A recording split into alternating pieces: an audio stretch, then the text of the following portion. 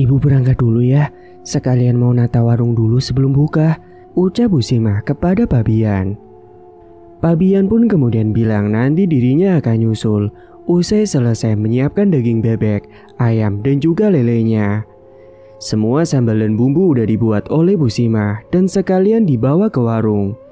Bu Sima minta diantarkan oleh anaknya yang bernama Panji dengan menggunakan motornya. Panji ini sudah kelas 1 SMK. Panji, ayo anterin ibu ke warung. Iya bu, bentar aku ganti baju dulu.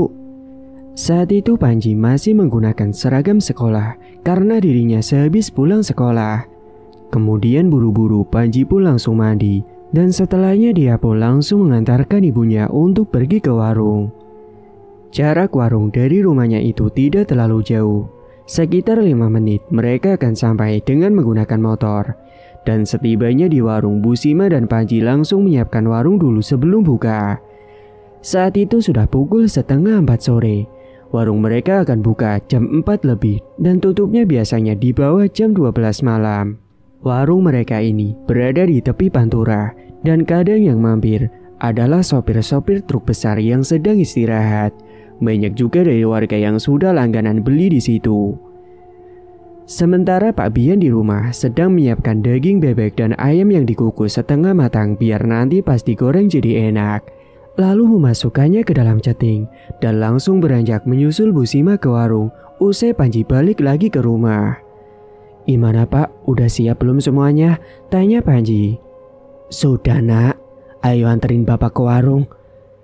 Sore itu mereka bertiga pun menyiapkan warung dan Panji biasanya akan bantu sampai badai Isya karena dia kemudian akan pulang untuk tunggu di rumah. Pak Bian ini sudah buka usaha lamongan itu lumayan lama. Bahkan dulu yang beli rame banget. Ya meskipun sekarang masih rame tapi tidak serame dulu. Karena kini tepatnya 3 bulan yang lalu mereka kedatangan orang baru yang jualan lamongan juga. Dan jaraknya deket banget dari warungnya Pak Bian. Tepatnya di seberang jalan dan orang itu bukan berasal dari daerah situ. Namanya Jaka. Banyak juga pelanggan yang beli di sana dan semenjak saat itu Pak Bian ini selalu berseteru. Bahkan mereka tidak jarang saling membicarakan pada pelanggan yang lagi makan di warungnya bahwa masakannya Jaka itu gak enak. Begitu juga Jaka yang melakukan hal itu kepada Pak Bian.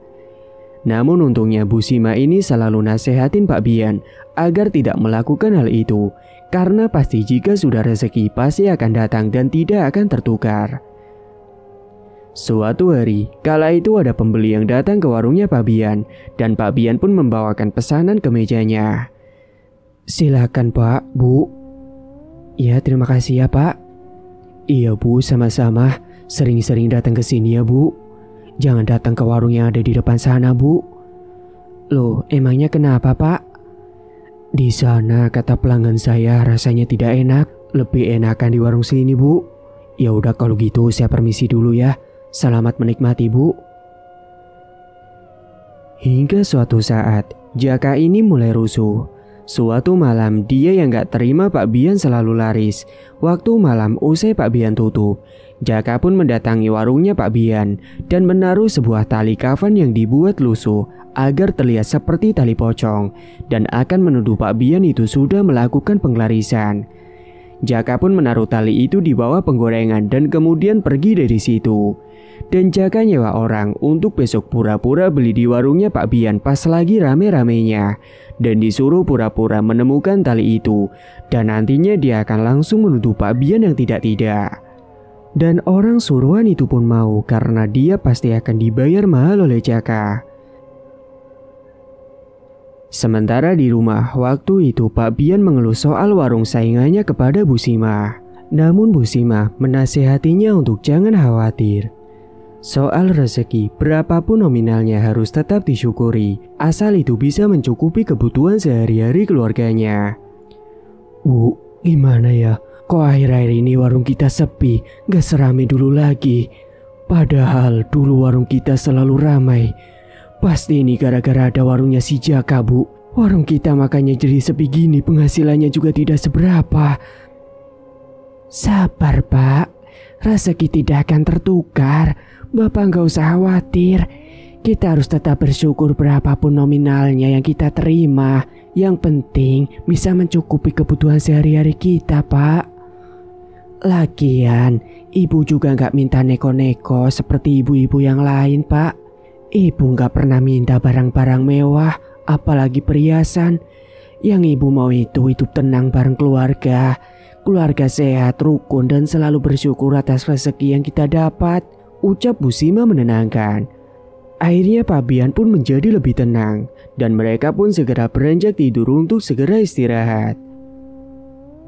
Keesokan harinya, Panji pamit untuk berangkat ke sekolah saat mereka sedang sarapan bersama dan Panji sudah selesai sarapan lebih dulu. Panji pun mengendarai sepeda motornya sedangkan Pak Bian dan Bu Sima segera pergi ke pasar untuk membeli beberapa bumbu dan ambil daging ayam dan bebek yang ada di langganannya.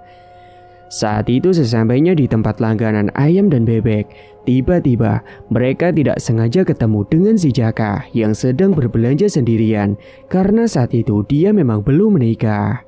Namun Pak Bian terlihat cuek saat melihat Jaka dan tidak menyapanya. Begitu juga dengan Jaka yang langsung beranjak pergi begitu saja. Tapi usai menjauh, saat itu Jaka langsung tersenyum sinis karena nanti sore dia akan menjebak Pak Bian. Setelah selesai berbelanja, mereka pun segera pulang dan langsung ungkep semua daging yang sudah dipotong-potong sampai setengah matang.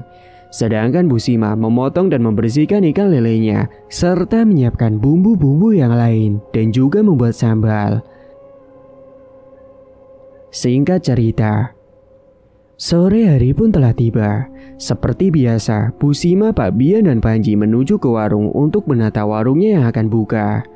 Ketika semuanya sudah siap, sambil menunggu pembeli yang datang, Bu Sima menyiapkan lalapan yang dibungkus plastik jikalau ada nanti yang beli tapi minta dibungkus bawa pulang. Mereka yang menunggu pembeli datang pun sambil cerita-cerita sembari mencairkan suasana. Ini kenapa timunnya nggak seperti biasanya, Pak? Ini kisut gak kelihatan seger. Emangnya ibu belinya di tempat yang sama apa bukan? Tanya Pak Bian. Ya bukan, Pak. Soalnya kan tadi yang biasanya lagi tutup, jadi ibu beli sayur di tempat lain. Besok lagi berarti jangan diulangi lagi ya bu beli di tempat itu. Iya Pak, ini gak bagus sayurnya. Udah gitu harganya lebih mahal lagi. Sesaat kemudian Panji pun nyeletuk soal bayar iuran SPP yang belum dibayar bulan lalu kepada Pak Bian. Pak, aku belum bayar SPP yang bulan lalu. Tadi sudah ditagih, Pak. Ya udah, nanti semoga saja malam ini warung kita laris ya, Nak.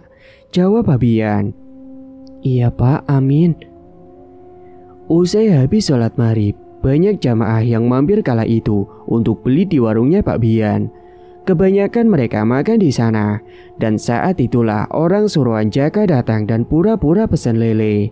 Namanya Suroto. Dia yang sambil menunggu pesanan pura-pura ke arah penggorengan lelenya. Dan tiba-tiba dia berpura-pura terkejut melihat tali yang telah dipasang Jaka. Dan saat itu juga dia langsung berseru membuat kegaduhan. Saat itu Panji yang lagi goreng juga kaget dengan ucapan Pak Suroto. Gorengnya biar kriuk banget ya dek, tolong. Biar nanti makannya enak, ucap Pak Suroto basa-basi. Oke mas, siap. Itu apa dek di bawah wajan penggorengan? Ucap Suroto sambil menuju ke gumpalan di bawah penggorengan. Panji pun langsung mengambil itu dan langsung mengangkatnya. Dia mendapati sebuah tali lusuh penuh dengan tanah. Suroto pun langsung provokasi. Hah? Itu bukankah tali kain kafan pocong dek? Wah, gak bener nih. Jangan-jangan warung ini pakai pengelarisan. Saya gak jadi beli di sini deh. Ucap Suroto sengaja lantang supaya semua pembeli pada dengar. Dan benar saja para pembeli yang lagi nunggu dan yang lagi pada makan seolah menghampiri dan terkejut semuanya ketika melihat tali pocong itu. Sesaat kemudian tiba-tiba Jaka datang ke warungnya Pak Bian dan malah bilang kalau Pak Bian mungkin saja memang pakai pengelarisan. Buktinya warung Jaka tidak seramai warungnya Pak Bian. Wah, udah pasti pakai pengelarisan bapak-bapak ibu-ibu. Buktinya itu lihat, warung saya sepi sedangkan warung dia rame terus, ucap Jaka dengan semangat dan lantang. Wah, Pak Bian gimana sih? Ternyata selama ini pakai penglarisan ya, makanya laris terus warungnya. Ternyata ada penglarisannya. Astagfirullahaladzim, itu semua gak benar bapak-bapak ibu-ibu, ucap Pak Bian membela dirinya. Iya saya kecewa makan di sini, ucap para pelanggan yang lain. Warga pun seolah percaya dengan ucapan Pak Jaka. Dan Pak Bian yang tidak terima, dia bilang semua ini fitnah dan Bu Sima juga bilang seperti itu. Bapak-bapak, ibu-ibu jangan percaya dengan Jaka. Bisa jadi dia iri sama usaha saya, makanya saya difitnah. Halah, fitnah gimana sih Pak? Orang semua buktinya sudah ada. Sudah ketangkep basah masih saja kok gak mau ngaku, ucap Pak Jaka. Udah ayo bubar saja pergi dari sini, lanjut Pak Jaka. Para warga pun memilih segera pergi dari warung itu. Pak Bian yang tidak terima dengan Jaka yang tiba-tiba datang dan malah memprovokasi para warga. Akhirnya Pak Bian pun murka dan langsung menghajar Jaka. Begitupun dengan Jaka yang menghajar balik Pak Bian. Sontak terjadilah perkelahian di antara mereka berdua. Pak, sudah cukup Pak. Ya Allah Bapak, teriak Bu Sima sambil menangis. Saat itu Panji pun mencoba melerai pertikaian mereka. Gadulah malam itu hingga Panji meminta bantuan warga untuk melerai mereka berdua. Dan beberapa saat kemudian para warga sekitar pun datang dan mencoba melerai perkelahian mereka. Setelahnya semua sudah tenang, Jaka kembali ke warung dan Pak Bian malam itu memutuskan untuk pulang menutup warungnya saja. Dan setibanya di rumah, mereka duduk di ruang tengah dan Pak Bian bilang kepada Bu Sima dan Panji kalau dia gak pernah pakai penglarisan sama sekali. Untungnya mereka semua percaya dengan Pak Bian. Bapak berani bersumpah kalau Bapak tidak pernah melakukan penglarisan seperti itu, Bu. Nak. Iya Pak, Ibu percaya. Lagian kan Bapak orangnya gak mungkin melakukan seperti itu. Ibu tahu Bapak itu gimana. Aku juga percaya kok Pak, bukan Bapak yang melakukan itu. Pak Bian saat itu curiga kalau ini semua adalah ulah dari si Jaka. Namun Bu Sima melarang Pak Bian untuk suuzon jika belum ada buktinya. Tapi Bapak curiga Bu sama Jaka. Jangan-jangan ini semua ulah Jaka, karena dia mungkin bisa jadi iri sama warung kita. Dan tadi Ibu lihat sendiri kan, dia tiba-tiba datang dan terus memprovokasi para warga. Bapak nggak boleh ngomong seperti itu Pak. Jangan suuzon kalau belum ada buktinya. Pak Bian pun hanya bisa berdoa dan memohon petunjuk untuk diberikan titik terang. Dia juga kala itu membawa tali kain kafan yang tadi ditemukannya. Saat itu, Bu Sima langsung mengambilkan kompresan air hangat untuk Pak Bian karena terlihat ada luka lebam di samping bibirnya karena tadi habis pukul-pukulan dengan si Jaka. Dan sesaat kemudian, Bu Sima langsung menempelkan kain pada samping bibirnya Pak Bian yang sudah dicelupkan pada air hangat terlebih dahulu. Dan karena sudah larut malam dan mereka merasa lelah, mereka pun akhirnya segera beranjak untuk kembali ke kamar masing-masing untuk segera tidur. Namun Pak Bian yang berada di dalam kamarnya, dia berbaring sembari menatap langit-langit dinding kamarnya.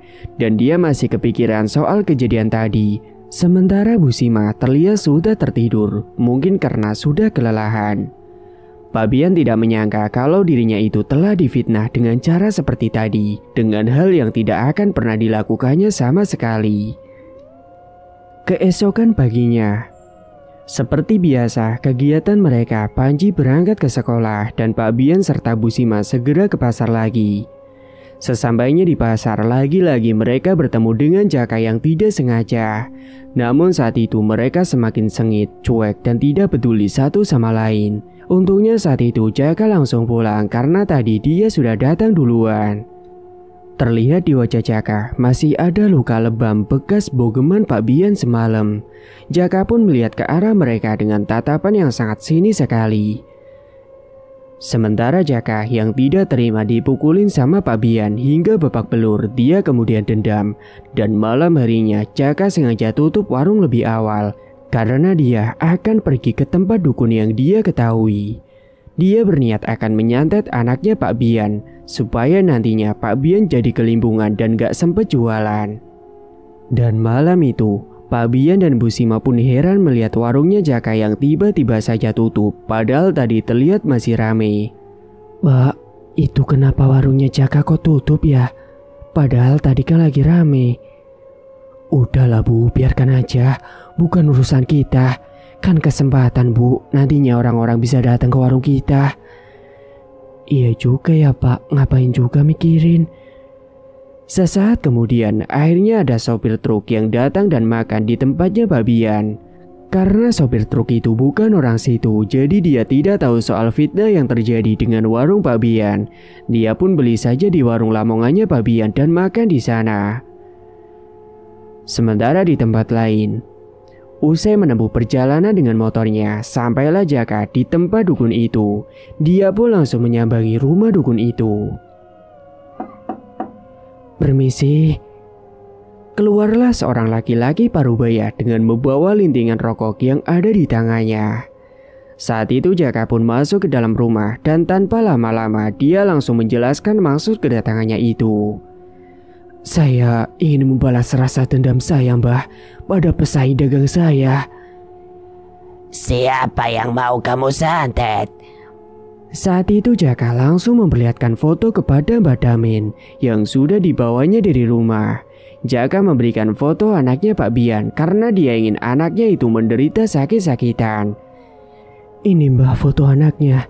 Saya mau anaknya menderita sakit-sakitan, Mbah, biar dia nggak bisa ngapa-ngapain." Kemudian Mbak Damin yang sudah paham, dia pun akan melakukan ritualnya dan mengirimkan santet kepada Panji. Mereka masuk ke dalam ruangan ritual. Saat itu Mbak Damin sudah menyiapkan kemenyan yang sudah dibakar dan asap pun mengepul di dalam ruangan itu. Mbak Damin kemudian mengambil sebuah boneka jerami yang kemudian diasapkan di atas bakaran kemenyan, sembari mulutnya terus berkomat-kamit merapalkan mantranya. Jaka pun merinding ketakutan ketika ada hembusan angin yang datang masuk ke dalam ruangan itu. Dia juga melihat ada sebuah asap tipis yang masuk ke dalam ruangan, yang kemudian asap itu masuk ke dalam boneka jerami yang sedang dijampi oleh Mbak Damin. Jaka pun gemetaran, tapi dia mencoba melawan rasa takutnya itu karena ingin membalaskan dendamnya. Ternyata Mbak Damin saat itu mengirimkan sosok hantu siluman kera dan juga kuntilanak ke dalam boneka jerami yang sudah diberikan mantra dan dipasangi foto si Panji. Tiba-tiba terdengar suara pintu dan jendela yang menggebrak-gebrak membuat suasana malam itu semakin mencekam. Sesaat kemudian, akhirnya ritual pun sudah selesai.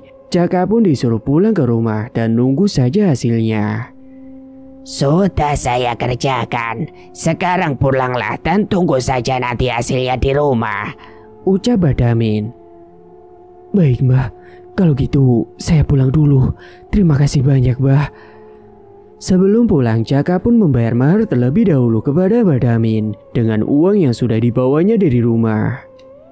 Dia pun beranjak pulang ke rumah. Akan tetapi saat di perjalanan pulang, Jaka yang merasa senang dan puas karena sebentar lagi saingannya itu akan menderita.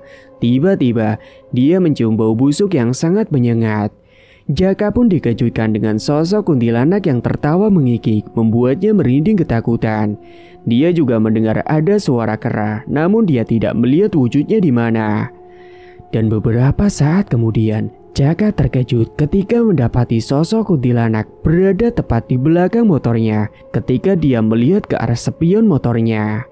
Jaka pun langsung teriak, dia pun gemetaran ketakutan melihat sosok kuntilanak yang mengejarnya itu. Jaka pun segera mempercepat laju motornya karena takut, dan beberapa saat kemudian akhirnya dia pun sampai juga di rumah. Dia langsung masuk ke dalam kamar dan menenggelamkan tubuhnya di balik selimut. Akan tetapi dia malah dikejutkan dengan suara yang mengetuk pintu kamarnya. Akhirnya Jaka pun bangkit untuk membuka pintu kamarnya itu. Namun saat dia membuka pintu kamar, dia langsung terkejut ketika melihat di hadapannya itu ada sosok kuntilanak yang tadi mengikutinya. Wajahnya sangat hancur penuh dengan darah, dan sosok itu menatap tajam ke arah Jaka hingga membuat Jaka saat itu langsung jatuh terpingsan. Keesokan harinya, Pak Bian memutuskan rehat jualan terlebih dahulu. Dia akan pergi ke rumah seorang ustadz bernama Ustadz Ali untuk menanyakan soal tali pocong yang ditemukan di warung itu. Dia akan ditemani oleh Bu Sima. Pak Bian pergi ke sana menggunakan motornya. Beberapa saat kemudian mereka pun akhirnya sampai di rumahnya Ustadz Ali. Assalamualaikum. Waalaikumsalam. Pak Bian, Bu Sima, ada apa ini? Ayo silakan masuk dulu. Mereka pun lalu masuk ke dalam rumah dan duduk di ruang tamu. Saat itu Pak Bian langsung menyampaikan tujuannya datang ke rumah Ustadz Ali. Jadi gini Pak, saya mau menanyakan soal tali ini. Apakah ini benar tali kain kafan pocong? Soalnya saya menemukan tali itu di warung saya dan saya dituduh melakukan pengelarisan Pak. Padahal saya tidak pernah melakukan itu semua. Kalau gitu saya coba terawang dulu ya Pak, timbal Ustadz Ali. Saat itu Ustadz Ali pun langsung menerawang tali pocong yang diberikan oleh Pak Bian. Jika benar tali pengelarisan, maka pasti akan ada sosok di dalam tali itu. Tapi jika Ustadz Ali tidak menemukan apapun, mungkin ada orang yang berniat jahat sehingga membuat tali itu seolah seperti tali pocong. Ustadz Ali menerawang sembari membacakan doa-doa dan menggunakan mata batinnya beliau menerawang tali itu. Dan beberapa saat kemudian Ustadz pun sudah selesai menerawang. Dan ternyata Ustadz tidak menemukan apapun di dalam tali itu dan mengatakan kalau itu hanya tali biasa. Tidak ada apapun Pak di dalamnya. Ini hanya tali biasa yang memang lusuh dan kebetulan warnanya putih sama seperti tali kain kafan. Astagfirullahaladzim, jadi saya difitnah Pak? Tanya Pak Bian. Kemungkinan memang ada yang berniat jahat dan membuat tali itu seolah tali pocong asli Pak, dan menjebak usaha Pak Bian, jelas Ustadz Ali. Kecurigaan Pak Bian pun benar kalau ini pasti ulah dari Jaka. Kemudian Ustadz Ali pun diajak oleh Pak Bian untuk datang ke warungnya. Dan Ustadz pun ikut, namun mereka akan ke rumah terlebih dahulu. Kalau gitu saya minta tolong Pak Ustadz untuk ikut ke warung saya, bisa kan Pak Ustadz? Iya Pak, insya Allah. Ya udah ayo sekarang. Tapi nanti ke rumah saya dulu ya Pak. Ustadz Ali pun hanya menurut saja dengan ajakan Pak Bian. Dan beberapa saat kemudian mereka pun akhirnya sampai juga di rumah. Akan tetapi sesampainya di rumah mereka bertiga terkejut mendapati Panji sedang kerasukan. Memang kala itu Panji sedang libur sekolah. Paniklah Bu Sima dan Ustadz Ali mencoba menyadarkan. Untung kala itu Ustadz Ali ikut ke rumahnya Pak Bian. Panji pun langsung dibawa masuk ke dalam kamar. Saat itu Panji langsung dipegangi oleh Pak Bian dan Ustadz Ali mencoba untuk menerawang Panji. Ustadz Ali sembari membacakan doa-doa, namun Ali terus meronta-ronta saat dibacakan doa oleh Ustadz Ali. Sesaat kemudian setelah diterawang oleh Ustadz Ali, beliau berkata kalau ini adalah sosok kiriman dari seseorang yang nakal dengan keluarganya Pak Bian. Panji mendapatkan kiriman dari seseorang yang jahat kepada keluarga kalian. Astagfirullahaladzim, siapa yang tega melakukan itu Pak Ustadz? Saya akan mencoba mengusir sosok yang ada di dalam tubuh Panji supaya benar-benar bersih. Dan saat itu juga Ustadz Ali mencoba untuk mengusir sosok yang ada di dalam tubuhnya Panji. Namun sosok yang ada di dalam tubuh Panji itu meronta-ronta kepanasan saat sedang dibacakan doa oleh Ustadz Ali. Panas. Kemudian Ustadz Ali meminta pada Pak Bian dan Bu Sima untuk mengadakan pengajian di rumah Pak Bian selama 3 hari berturut karena sosok itu benar-benar susah untuk dikeluarkan. Dan nanti mereka akan memohon kepada para warga untuk membantu doa demi kesembuhan si Panji. Karena saat itu tiba-tiba Panji kejang-kejang sendiri dan tidak mau makan dan minum, hingga tubuhnya itu sampai pucat seperti mau meninggal. Tubuhnya Panji pun dibaringkan di atas kasur dengan tubuh yang memucat sekali. Saat itu Bu Sima pun menangis, tidak tega melihat kondisi anaknya yang hanya terbaring pucat di rumah. Sementara Ustadz Ali berpamitan untuk pulang terlebih dahulu dan nanti malam beliau akan datang kembali saat pengajian akan dimulai.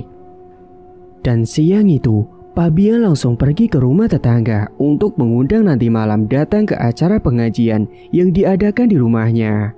Sementara Bu Sima menjaga Panji di dalam kamar. Dan saat itu tiba-tiba Bu Sima dikejutkan dengan bayangan yang melintas masuk ke dalam kamar Panji. Sontak Bu Sima pun langsung terperanjat karena bayangan putih itu masuk ke dalam tubuhnya si Panji. Dan sesaat kemudian Bu Sima kaget mendengar suara wanita yang tertawa mengikik di dalam kamarnya itu. Bu Sima pun langsung merinding ketakutan. Dan sesaat kemudian Pak Bian datang masuk ke dalam kamar. "Ada apa, Bu?" "Pak, tadi Ibu melihat ada bayangan putih masuk ke dalam tubuhnya Panji, Pak. Dan tiba-tiba saja Ibu juga mendengar ada suara wanita yang mengikik. Kita berdoa aja terus, Bu, supaya Panji cepat sembuh." "Iya, Pak. Kalau gitu ayo kita ambil air wudhu dulu." Mereka pun kemudian pergi mengambil air wudhu karena akan membaca Al-Quran untuk mendoakan si Panji. Singkat cerita, malam pun tiba. Akhirnya pengajian digelar di rumah Pak Bian.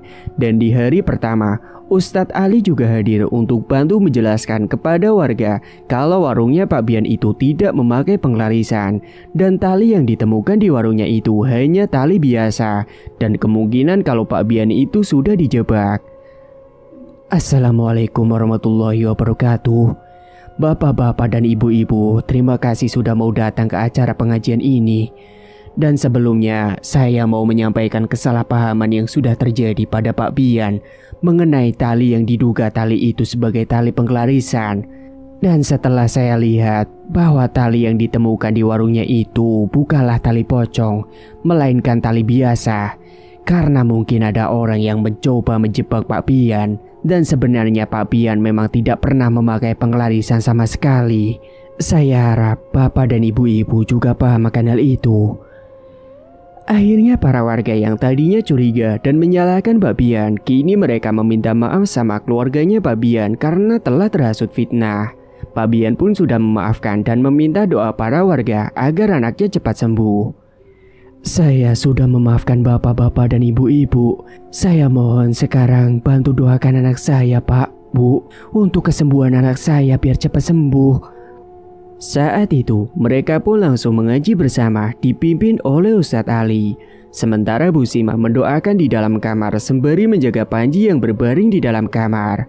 Tiba-tiba Panji yang sedang didoakan bersama, dia langsung membelalakan kedua matanya dan seketika tubuh Panji langsung kejang-kejang. Kedua matanya sampai memutih semua. Dia juga teriak-teriak dan sontak Bu Sima yang ada di sampingnya pun langsung panik dan meminta tolong pada para warga yang ada di depan. Segera saat itu Pak Bian dan Ustadz Ali langsung menghampiri ke dalam kamar, sementara warga yang lain masih terus melanjutkan mengajinya. Suasana malam itu benar-benar sangat mencekam sekali. Hembusan angin masuk ke dalam dan tiba-tiba saja hujan pun turun dengan deras, disertai dengan petir yang mengkilat. Ustadz Ali langsung membacakan doa ayat kursi, mencoba menenangkan si Panji. Akan tetapi Panji yang sedang didoakan malah semakin memberontak, sampai menjedotkan kepalanya sendiri ke tembok.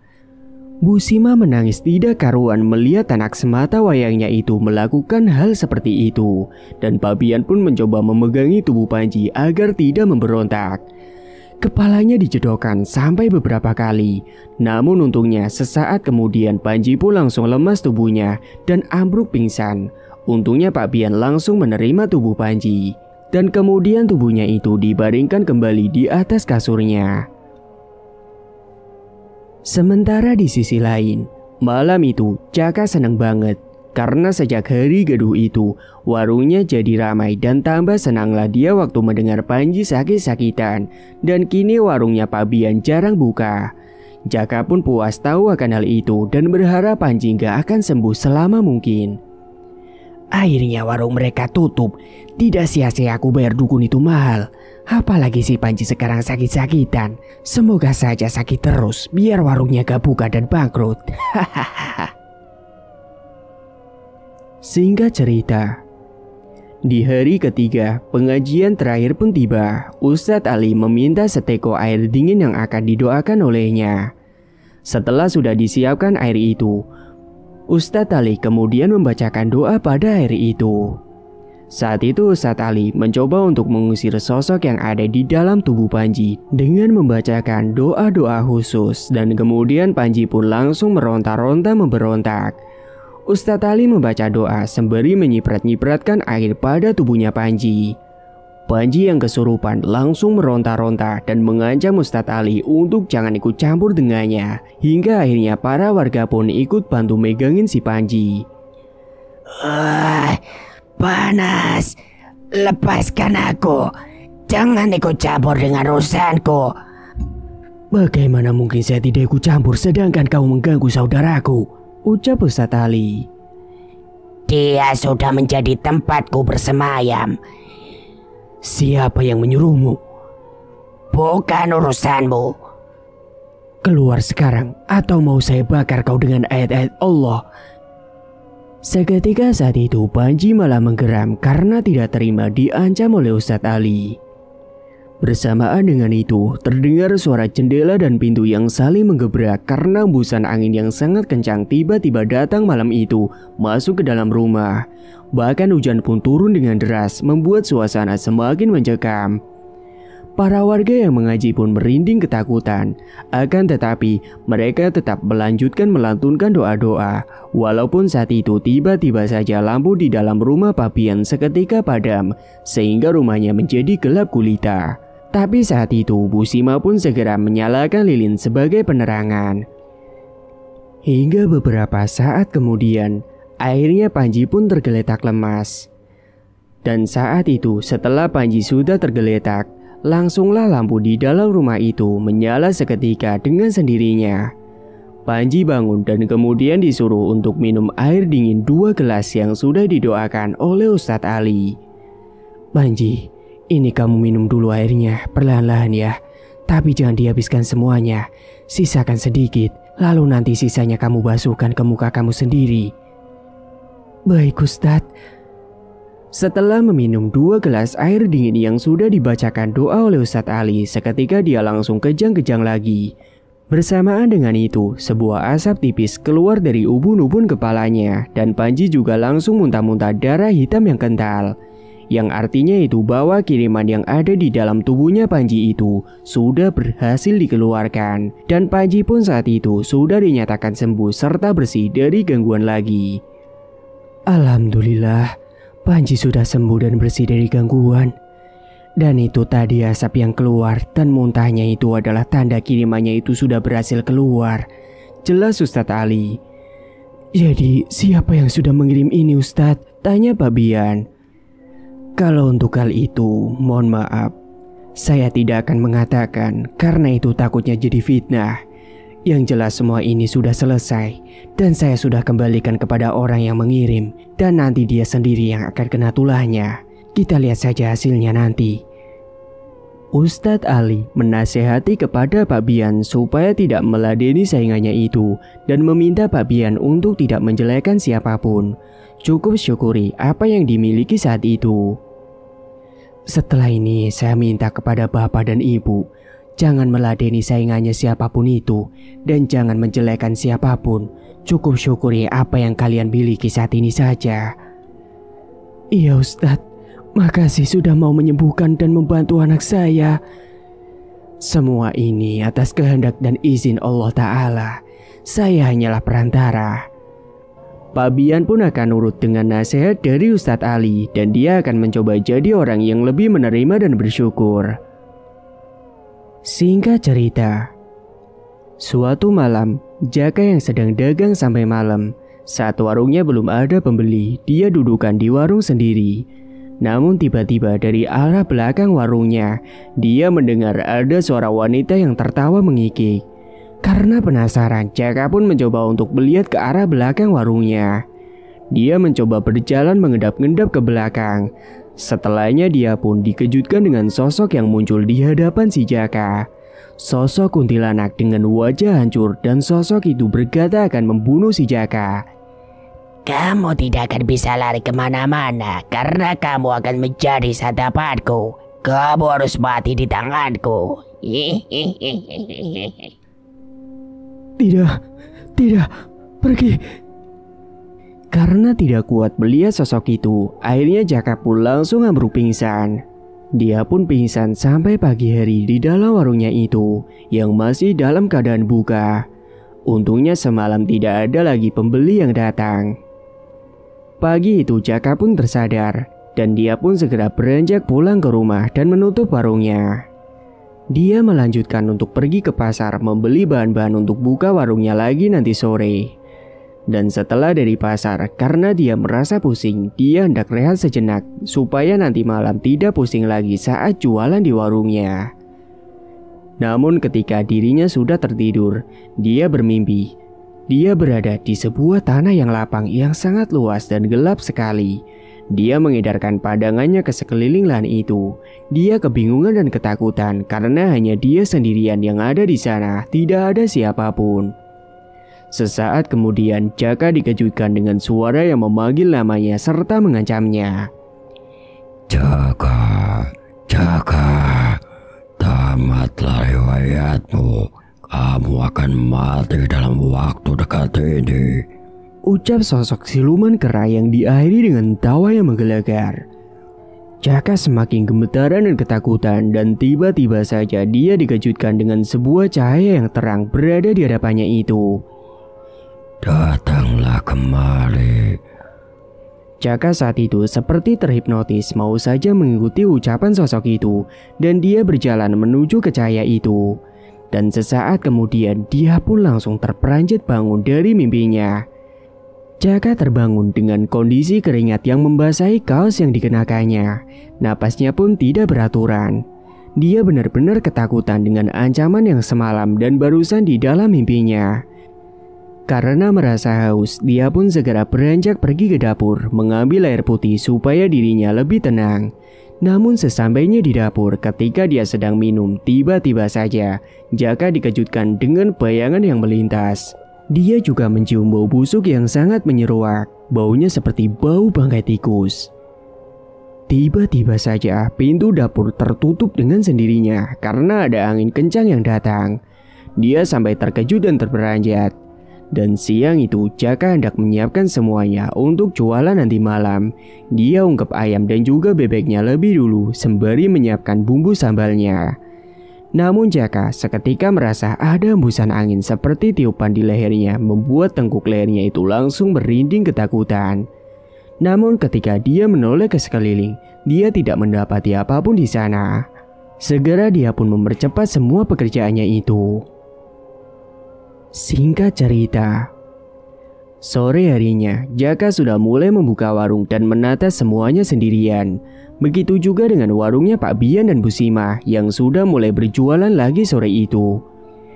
Dan saat Jaka melihat warungnya Pak Bian sudah buka kembali, dia menatap sinis ke arah warungnya Pak Bian. Loh, kok mereka buka warung lagi? Dan Panji sudah sehat seperti semula? Gumamnya geram dan juga heran. Awas saja kalau dagangannya laris lagi, akan kubuat mereka semakin menderita. Saat itu Jaka bertanya-tanya sendiri serta kesal kenapa tiba-tiba warungnya Pak Bian sudah buka seperti dulu lagi dan Panji juga sudah kelihatan sembuh. Pak Bian, Bu Sima dan Panji tidak memperdulikan warungnya Jaka. Mereka sibuk mengurusi semua urusannya sendiri dan fokus berjualan dengan terus berdoa. Dan sore itu saat warungnya Pak Bian baru buka, tiba-tiba saja ada salah satu pembeli yang datang padahal warungnya baru buka. Dan Jaka melihat itu tambah kesal dia karena langganannya sudah kembali lagi ke warungnya Pak Bian. Dan malam hari Jaka terlihat dudukan saja di warungnya karena masih sepi belum ada yang beli. Sementara malam itu warungnya Pak Bian terlihat sangat ramai sekali. Sesaat kemudian Jaka yang tengah melamun tiba-tiba saja dikejutkan dengan sebuah bayangan putih yang melintas membuatnya langsung terperanjat dari lamunannya. Dia juga merinding ketika ada hembusan angin kencang yang lewat. Sesaat kemudian dia pun mendengar ada suara wanita yang terseduh-seduh di belakang warungnya. Dia beranjak ke belakang warung karena penasaran. Dan saat dia ke belakang warung, dia terkejut ketika melihat ada sosok kuntilanak yang mengerikan dengan wajah yang hancur penuh dengan darah. Sontak Jaka pun langsung berteriak. Akan kubunuh kamu malam ini juga, ucap sosok itu. Jaka pun langsung terlonjat kaget dan langsung ketakutan. Dia berlari tanpa memandang arah dan keluar dari warungnya. Tanpa dia sadari, Jaka berlari ke tengah jalan Pantura. Dan saat itu ada sebuah truk yang sedang melintas dengan kecepatan tinggi. Akhirnya Jaka yang tidak sadar berada di tengah jalan Pantura. Dia pun tertabrak oleh truk. Bahkan kakinya itu putus akibat terlindas oleh truk itu. Saat itu Jaka pun akhirnya tewas di tempat karena kehabisan darah. Warga pun langsung datang dan menolongnya dan langsung menghubungi ambulan. Tapi percuma karena Jaka itu sudah tewas di tempat. Mbak, itu siapa yang kecelakaan? Timpal Bu Sima. Gak tahu Bu, ayo coba kita lihat. Sesaat kemudian ada salah satu warga yang lewat di depan warungnya Pak Bian. Dan dia sudah melihat kejadian kecelakaan itu. Bentar Pak, permisi. Mau nanya itu siapa yang kecelakaan? Tanya Pak Bian. Itu Pak, Mas Jaka yang terlindas truk dan meninggal dunia. Innalillahi wa inna ilaihi roji'un. Keesokan paginya, jenazah Jaka pun akhirnya dipulangkan ke kampung asalnya dan dikuburkan di sana. Pak Bian dan keluarga mendengar kabar itu turut berduka cita dan tidak menyangka kalau Jaka akan meninggal dengan cara yang tragis. Sementara di kampungnya, saat jenazah Jaka sedang dimandikan, tubuhnya itu tiba-tiba mengeluarkan bau yang busuk. Bahkan kedua mata Jaka melotot dan mulutnya menganga karena saat kejadian kecelakaan itu dia sedang teriak, membuat semua petakziah langsung menggunjingnya karena menurut mereka jenazahnya itu aneh sekali. Bahkan saat jenazahnya hendak dikafani, tiba-tiba saja tangannya tidak bisa ditekuk. Bahkan saat di pemakaman, tiba-tiba saja makamnya itu dipenuhi dengan belatung yang baunya sangat busuk sekali, membuat semua warga semakin keheranan. Singkat cerita, bulan-bulan pun telah berlalu. Kini warungnya Pak Bian hanya sendirian di tepi Pantura itu. Dan kini berapapun hasil jualannya hari itu akan tetap dia syukuri. Warungnya sekarang menjadi ramai lagi seperti dulu, bahkan mereka sampai kewalahan. Karena setiap malam selalu banyak pelanggan dan pengunjung yang baru datang ke warungnya itu.